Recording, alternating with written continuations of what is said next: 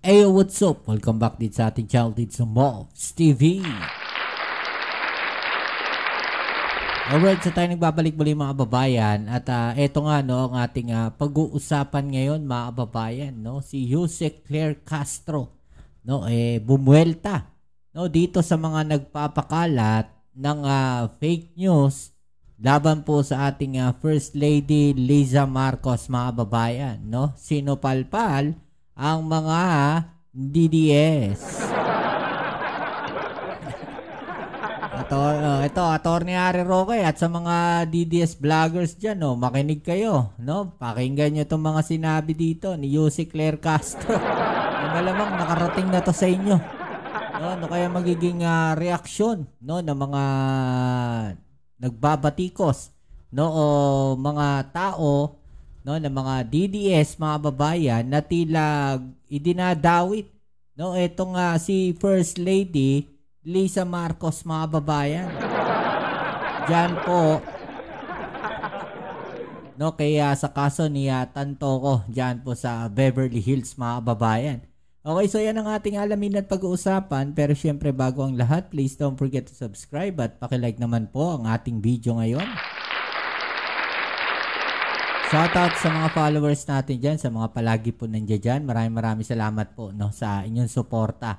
Okay mga babayan, so ito po, no, may papakita ko sa inyong isa na ito muna. No, ito po yung isa sa nag-post mga babayan, si Bobby Tiglao.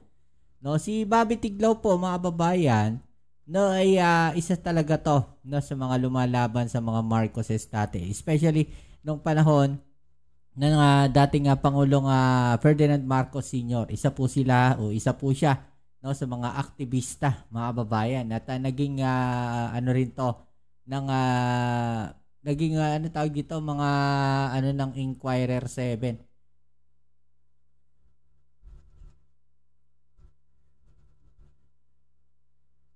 Actually, isa rin po siyang journalist mga babayan dahil naging editor-in-chief ata ito ng Inquirer7.net, no, yung parang news agency ng GMA7 network at Philstar ata yan mga babayan. Okay, so hindi ko ganong kabisado, no. Teka, hanapin nga natin. Okay, so ito, nakasulat dito mga babayan. Siya po ay, he was previously editor-in-chief of Inquirer7.net.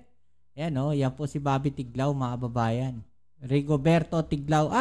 Okay. So ano rin to, ayan. Spokesperson din po siya at chief of staff ng panahon ni Gloria Macapagal-Arroyo. Ayan, no, naalala ko na. Kaya pala medyo familiar mga babayan. No, so ano rin to, journalist din siya mga babayan. Okay, so ito nga, no, I received via Viber this photo of Beverly Hills Police Records Supervisor reporting to Mr. Tantocos and persons who were with him when police arrived. Liza Araneta Marcos was one. Okay, so yan, nabanggit na mga babayan, no? Ito po yung report na yan na kanyang sinasabi. Ayan po. Okay. Pero yan po ay sinagot na, no, netong si Jose Claire Castro mga babayan. Ito po ay galing, no, sa Beverly Hills Police Department, no. Ito po yung report na yan mga babayan. At makikita niyo dito, meron pong parang guhit. Ayan. Okay. So, hindi natin alam kung ano ba yung guhit na yan mga kababayan. Bakit may guhit dyan? Anong ginagawa nung guhit na yan dyan?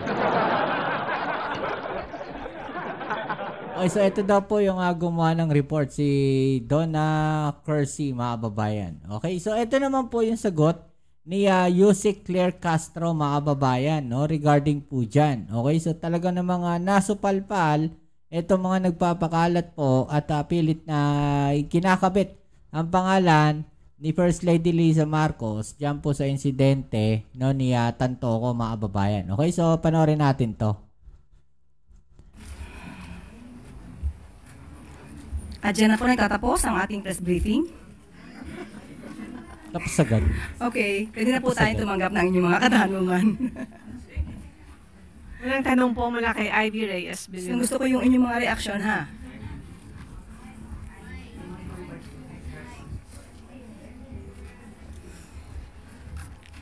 Hi, Yusek. Good afternoon po.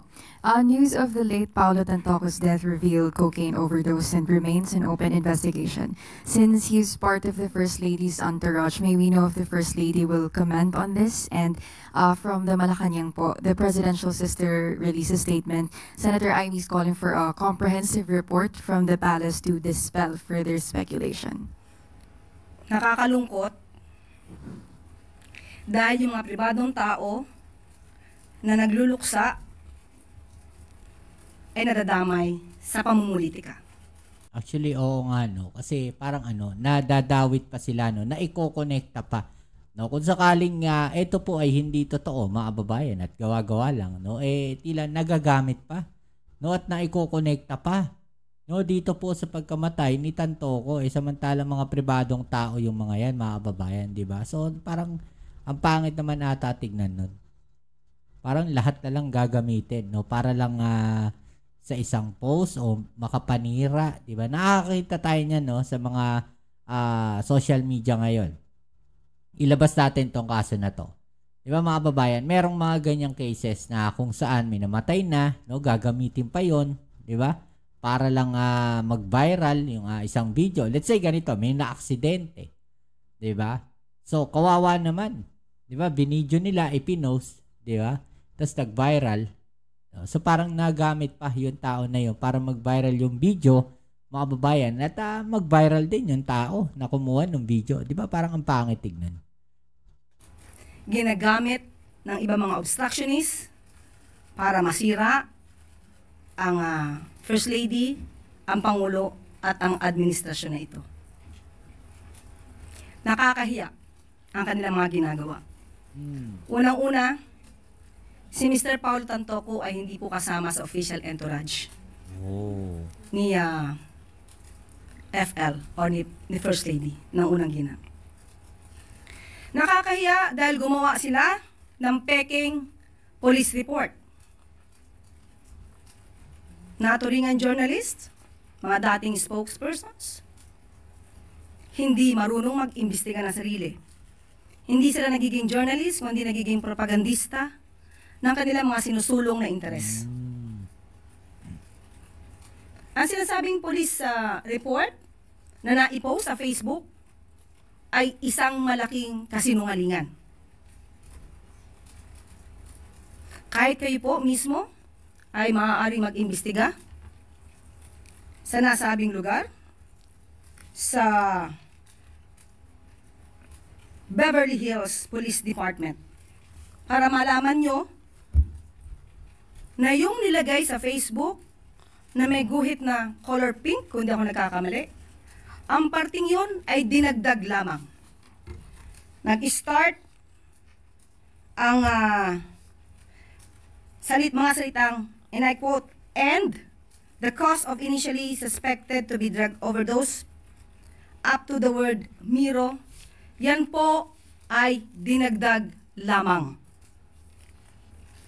Ito ay mga gawain upang masira ang unang ginang, ang Pangulo, at ang administrasyon na ito para sa pang-personal na interes.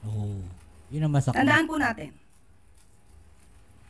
ang unang ginang po, nung siya ay nasa Los Angeles, ay meron po siyang security service na provide ng US. At meron din po siyang asamang PSG. Hindi rin po siya nag-stay sa nasabing hotel ni Mr. Tantoco. Iba po ang kanyang hotel. At meron po siya mga activities March 8. Kung pwede po nating maipakita sa monitor. March 8, makikita niyo po sa screen na mayroong konsyerto para sa Pilipino. Makikita niyo sa larawan din, Secretary Cristina Frasco. March 8 yan ginanap, hapon hanggang gabi. Papaanong masasabi ng mga obstructionist na to, ng mga fake news peddlers na to, ang patungkol sa nakita nila mga tao doon sa vicinity. Kaya po yan ay dinagdag lamang. Nandito naman po yan sa Facebook ng Unang Ginang. Pero kahit ito po ay nasa Facebook at ito po ay nai-report naman, pilit nilang binabago ang kwento at nakakalungkot dahil kapwa Pilipino ang kanilang niloloko para sa kanilang personal na interes. So muli, sa mga journalist na nagpapanggap na kayo journalist, pero lumalabas na kayo propagandista, maawa po kayo sa bansa. Maawa po kayo sa taong bayan. Huwag niyo pong lokohin ang mga Pilipino. Yusek, magandang hapon. Just to follow up on Tantoco case, I would like to reiterate that Senator Amy Marcos issued a statement urging Malacanang to release a comprehensive report about what happened, the whereabouts of the First Lady. Do you see a need for this? Are you going to heed to this call? Nagsalita na po ako ngayon. Pinaliwanag na po natin lahat ng mga katotohanan.